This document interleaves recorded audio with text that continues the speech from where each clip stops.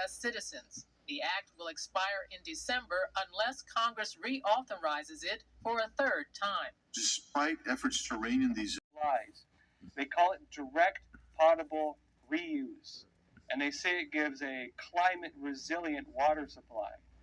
Now, they also note it's going to help with, quote, reducing the amount of wastewater that they release into rivers and the ocean, since you're going to be drinking it instead. In fact, the release says it can turn that sewage into drinking water in a matter of hours. Now, none of this should be a surprise to many of us. There are even further horizons, things beyond even this. And sure, we can make drinking water from sewage, but what about human waste? Luckily, we have billionaire Bill Gates, yet again pushing the boundaries of human progress. In 2015, he showed to the world what he referred to as poop water, and it was a machine that can do it. We asked brilliant engineers to help us solve this problem, and one of those engineers actually has proposed a solution where the waste is valuable. The Omni processor turns sewer sludge, which is kind of nasty, into clean drinking water, electricity, and ash that is pathogen-free. Now, they declared that one day this could be seen in every part of the world. And why is that? Well, because it makes money. Gates even demonstrated it, actually. Watch this. I am very impressed with this solution we're seeing here. And it generates electricity, it generates clean water. It will grow to every corner of the earth that needs it because it makes money every day. It's water. Now, at the time, Bill Gates even went on the Tonight Show with Jimmy Kimmel, and he demonstrated the invention, and they did a taste test. I'm pretty confident that this was the bottled water. Well, that was rigged. It was all poop water. Yummy. What could possibly go wrong? Well, just look at the fish. Recent scientific studies show that wastewater is a big problem with what are known as emerging contaminants. And that includes pharmaceutical products, just about everything people are taking. This includes things like hormones from birth control pills, psychiatric drugs, and other chemicals that do not get filtered out by wastewater treatment. Now, we can only imagine the effect that's going to have on humans. It's a big problem already for fish. And wastewater is a big culprit in this. There are a lot of studies, in fact. One study published in the Environmental Research Journal earlier this year reported that freshwater fish have been so badly contaminated that eating just one serving of freshwater fish each year could be equivalent to drinking water that is heavily polluted with forever chemicals for an entire month. Fluence noted some of the effects it's having on fish. Remnants is one example from anti-anxiety medication in water, is making fish less social, more active, while speeding up their feeding rates. And there's also a lot as well on hormones and the effect it's having on fish as well, as you may think it may affect them. So all that clean wastewater, while still technically drinkable, and it's now coming to the corporations. This is something we were hoping for, and we're excited to see it in place. Now, many people are still concerned that race-based gaps still exist in the workplace. Is there a way that companies can address that without DEI programs, do you think? Yeah, well, what's interesting is if you actually read the ruling or the letter that the attorneys general sent, and I'm going to read just a really small part of it, it says one of the principal reasons race-based is treated as a forbidden classification is that is demeaning the dignity and worth of a person who is judged by their ancestry instead of by their own merit and essential qualities, right? And so it is demeaning, no matter what your skin color is, to say, I don't care if you're the best person at the job or not the best person, you're getting this job because of your skin color. And so we're encouraging corporations to get back to the meritocracy that made America great in the first place. You hire the best people for the job. And I know that I've hired a number of people, hundreds of people over the years, and if I've hired someone based on their skin color, that is mean to them, because now they're saying, look, I wasn't the best person for the job, but it's a sympathy hire. Nobody wants a sympathy hire. That's demeaning to the person. So I would encourage corporations, look for the best people, and often the best people might have a different skin color than you do, but that shouldn't bother you. As you referred to, you've been working to facilitate merit-based employment practices through your organization, Red Balloon. What are the qualities that make for the most successful match in your experience? Yeah, it is people who want to show up and work hard. Today's corporations are struggling to get people who actually show up. I was talking to one company, and they said the applicants coming from a big job board like Indeed.com, only 30% actually show up for the interview. 70% ghost the interview. So they are struggling to find people who just have a work ethic, who want to focus on providing value to that company, who actually believe in capitalism. And that's what RedBalloon.work is focusing on. We have great job seekers who are serious about a career, who want to build the company that they're working for, and aren't going to bring a lot of this woke nonsense into the workplace. So, and it's working. A lot of these companies are surviving. We saw CNBC just had a ranking of the states that are friendliest to business and are succeeding and most prosperous, and they're generally red states. So the scorecard is out. If you go woke, you might go broke, and you should focus on just doing your job. Andrew? That you can point to today that aren't implementing some form of ESG policy. In terms of how it manifests itself in companies, this would manifest itself in terms of hiring quotas, quotas for board members, and then any messaging that they do. It's why Disney, for example, fought parents' rights laws in Florida. It's why Coca-Cola and Delta Airlines fought voter ID laws in Georgia because they considered them racist, even though the vast majority of every racial group supported having voter ID. So there's various ways that this will manifest itself. Also, anyone who has had to go undergo a DEI training program, diversity, equity, inclusion training program through their corporate employer, the roots of that are in ESG as well. And then lastly, I want to go into what Congress has done so far to kind of analyze the impacts that this has had here in the U.S. They had multiple hearings this week, the Financial Services Committee. One topic that they were discussing was how ESG actually impacts markets. So from your perspective, how does ESG distort markets and raise specifically insurance and housing costs? Well, what people need to understand is that we're in a new era of investment. So there was a time decades ago when if we wanted to save, we would buy shares in a company. Today, we buy shares through mutual funds, pension funds, index funds, things like this. So we now have these intermediaries between us and the actual corporations. And the way that ESG is able to control these companies is they have the shareholder vote. So we don't have that vote. The owners of the pension funds, they are the ones who are able to vote those shares. And we've seen a tremendous concentration in a small number of firms. Vanguard, BlackRock, and State Street are the three largest, and together they control nearly $20 trillion worth of assets, and they are the largest shareholders in about 90% of the S&P 500. So using really our money, retail investors' money, they now have tremendous power to control the corporate sector, and that's what they're doing. They're doing also their shareholders in banks, their shareholders in insurance companies, and they are really able to dictate what these companies do, and they have been pressuring them to pursue a lot of these ESG goals. But the company was revived by watchmaker and inventor Scott Andrews in 2019. Here's why. Packard called me, and I could tell it was wanting to come back to life and be back in the forefront. And it's almost like a siren calling you, saying, "Hey, bring me back and let me show the world how this is done." Andrews says he's inspired by the founders of Packard Motors, who had no problem setting everything aside to stand for American values, truth, tradition, and those kinds of things. In other words, at the end of the day, they wanted a good civil society. That's similar to what the founders of Miss NTD want. The purpose of the pageant is to bring back to society pure authenticity, pure goodness, and pure beauty. The alignment couldn't be any more synergistic. Specifically, it's the values. Packard's known as the luxurious gentleman or lady.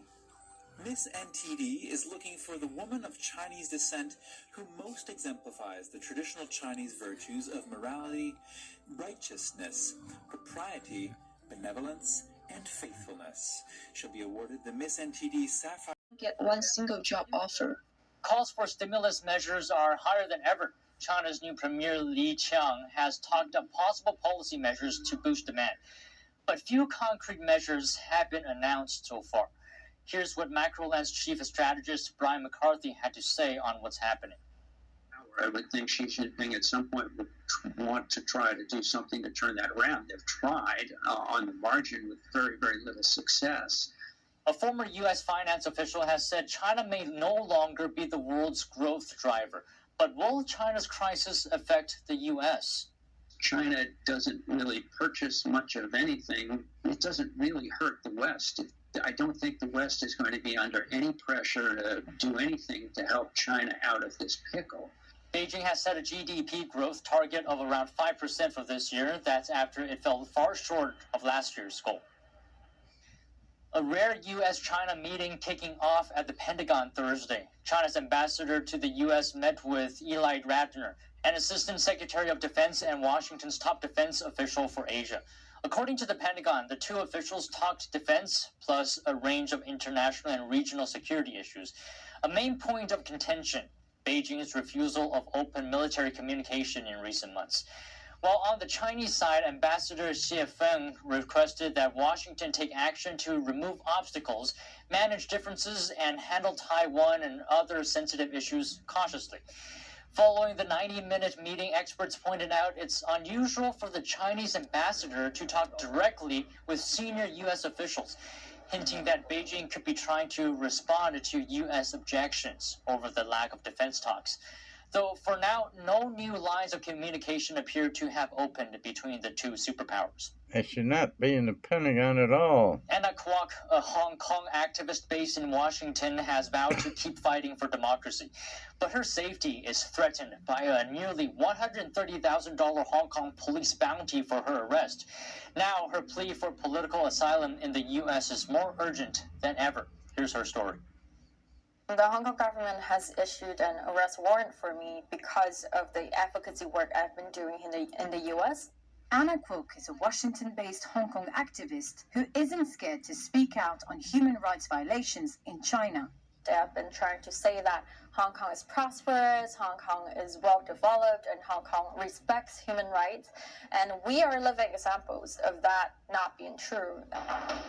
Last week, Hong Kong police sought to ramp up pressure on Kwok and 7 other overseas-based activists, issuing arrest warrants for alleged national security violations and offering bounties of nearly $130,000 for each arrest. Kwok know how to guard against future hacks. The methods were quite crude, but now China's hacks are stealthy. Hackers hide deep inside computer networks for months or even years, quietly monitoring what's going on and gathering data. One method they use is they avoid hacking the main computers. Instead, they hack peripheral devices, such as printers, routers, or the Internet of Things devices. This could include smart TVs. The malware would be actually loaded into the operating system of a device. And then the device is activated on the network and then can spread to other devices. And this is typically how these hacks are happening today. Rex Lee is a security advisor at MySmart Privacy. He says that because everything is connected to a network these days, hacking into one item can connect you to every item. The recent attack on Microsoft email accounts, including those of high-profile officials like Gina Raimondo, may have used this method. Experts say it may be the stealthiest attack ever discovered. These attacks worry Americans because they could compromise valuable information. The biggest thing would be critical infrastructure, going out to the power grid. All you have to do is take the power grid out and people are pretty much defenseless. Lee has little confidence America can protect itself well. He says that the government's cyber infrastructure is extremely outdated, and many organizations don't have the highest encryption standards because those standards may be too expensive. Faye Quarter, NTD News. The history of the Epoch Times was read on the House floor yesterday and recorded into congressional records. What's the significance of this for the Epoch Times and for all those who have contributed to it over the years? Thank you for having me on. That was a special moment for all of us. I think, to have Representative Norman read the history of the Epoch Times on the House floor, it was significant.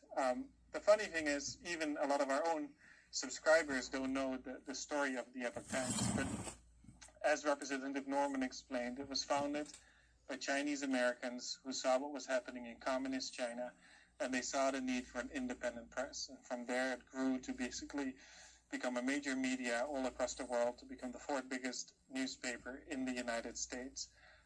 So I think it had a profound impact, both, within the United States as well as all over the world, especially in China, where obviously the CCP has, continues its persecution campaigns. It's spread a lot of disinformation about the Epoch Times and its Chinese edition. So to have something like this happen, I think it was very profound, and it had a big impact. In his speech, Representative Norman went into the challenges that the Epoch Times has faced over the years, some of which you spoke about, but especially those caused by the Chinese Communist Party. Could you tell us about that? Absolutely. So after the Epoch Times was founded, initially we had reporters and editors in China to report on the ground what was happening there. Sadly enough, all of those people at the time were arrested and detained, and some were sentenced to prison sentences as long as 10 years in China for their work in doing independent reporting. And they faced torture in jail. It was a very difficult period for the media. But even if you look at beyond China's borders, the CCP has never given us a break, basically, whether it's incessant cyber attacks or even attacks within the United States. In 2006, we had an incident where our lead IT professional at the time, his home was broken into. He was duct taped to a chair. His mouth was closed. He was beaten, and the only thing that was stolen were his laptops. If you look in 2019, we had one of our printing presses literally set on fire in Hong Kong, and just 2 years later, we had an incident where assailants came in with sledgehammers to literally smash up the printing equipment. So again, I think the Epoch Times is a story of resilience in the face of challenges, and quite honestly, that's what it takes to do good journalism. There are high odds to overcome, but given the importance and the dedication that we see among our staff, I think we've been able to grow up to this point, basically. $1 billion in student loans for some 40 million students under this law called the HEROES Act. The Supreme Court said, sorry, can't do that because Congress did not give you that authority under the HEROES Act to forgive that amount of debt and under those circumstances. So they went back to the drawing board, and this new plan that they came up will forgive loans of about $39 billion, not the $400 billion. So it's about 10% less in money, and it applies to about 800,000 students, not the 40 million students. Now, what they're doing here is doing this under a different law, the Higher Education Act, that does allow for some kind of student forgiveness if they're paying monthly payments. And in this case, they're saying you have to be paying over the last 20 to 25 years. And they're saying that over those period of time, there's been some glitches in their accounting system where the students were not given credit for monthly payments, etc. So it's basically an accounting gimmick here that's going on. I think it still will be challenged in the courts, but it does seem to be a way that they're getting around the Supreme Court decision, and it just remains to be seen whether this new plan will pass muster in the courts. So, what are the legalities of this? Is it solid? You said it might be challenged. What are some of the legal issues with it? Yeah, well, some of the legal issues, of course, are whether, as in the first challenge, whether the administration had the legal authority to invoke this Higher Education Act to forgive these amount of loans. It seems to me, if this law was on the books to begin with, why didn't they use that in the first place? So it sounds to me that they're maybe twisting the law a bit to come up with this new plan. But I think this one does seem to have better legal grounds than the first one, where it was basically loan forgiveness across the board. Here, they're basically saying that, you were supposed to be getting credits for monthly payments, and some of you guys fell through the cracks, and we have a loan forgiveness program that's been on the books, and it's not been properly administered. And that, so it remains to be seen, once all the facts come out, whether this in fact is a legal process. But the larger issue here, of course, is that this is unfair to millions of students who have paid back their loans and took second jobs to do that, and now you have those who still owe this money that are be given a loan forgiveness up to some $39 billion worth. So it's a political gimmick, to be sure, where Biden can tell his constituents, hey, look, I'm helping you poor students out there, but again, this is for people who've been paying back the loans over 20, 25 years. So they're now, clearly in their 40s, 45, and, I guess they're not getting a good enough job with the money or the cost they went to be able to pay back these monthly payments. Maybe they majored in gender studies or some other kind of major that did not give them a good job. Well, one of the big questions is always as well, who's going to pay for it? Is this really about us forgiving their loans, or are taxpayers going to pay it for them? Well, the taxpayer ultimately pays for any loan that's forgiven, because the money belongs to the Treasury, and what's going to happen is that money is not going to go into the Treasury, so who's going to make up the difference? We, the taxpayers. So ultimately, the taxpayers will be bearing the burden of this, and like I said, the amount that they're estimating as part of this new loan forgiveness program is some... About escalation or de-escalation in this conflict? Well, the way it looks to me is we're sort of in a state of endless ground war. We haven't given the Ukrainians the weaponry, the hardware that they needed when they really had to have it. When they had the Russians absolutely discombobulated, on the run. This was about 6-9 months ago. That is the time the Ukrainians should have been able to push.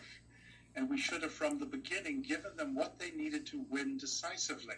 Instead, there's been a gradualistic aspect to this war on the part of the administration that generally does not have a very satisfying or happy ending. And once again, keep in mind, it's the Ukrainians doing about 99.9% of the dying. And even the Russians, one doesn't have to have a whole lot of sympathy for them. But they're the ones doing the dying as well. They may deserve it, but at the same time, this is not good for Europe. It's not good for Ukraine. It's not good for Russia either. So once again, it's this concern of endless ground war that I've got. And maybe at some point, once there's been enough bloodletting and exhaustion, there's a negotiated end to it all. I wouldn't call it a peace, but at least a temporary lull. And this is something that could have been avoided. And you do want to win wars, and that is what we should have been trying to do with Ukraine. But from the beginning, there was a gradualistic approach to it. The idea was, well, don't do too much. Putin might not like it, and he might use nuclear weapons. So just give the Ukrainians enough that they can keep alive and keep dying, but don't win it. And that has been something which I think has characterized the whole thing. And if there's one principle of warfare, it's when you've got your enemy on the run and you have an advantage, you have to take it. It doesn't always come back. In fact, it probably won't come back. And you get another chance to win it is going to take a lot of your own people dying. And I'm talking about the Ukrainians here. Could this lead to further U.S., European direct involvement in fighting? Yes, it could. It may take one or two things to happen. But it's not that unreasonable to expect. So we should have got this thing won already, and I hope we're still planning on that. But I do have a concern that there may be idea here to let it run out, let it continue, and then an administration pushes for negotiations around the time an election comes. That's very convenient, but unfortunately, it's Ukrainians who will pay for it.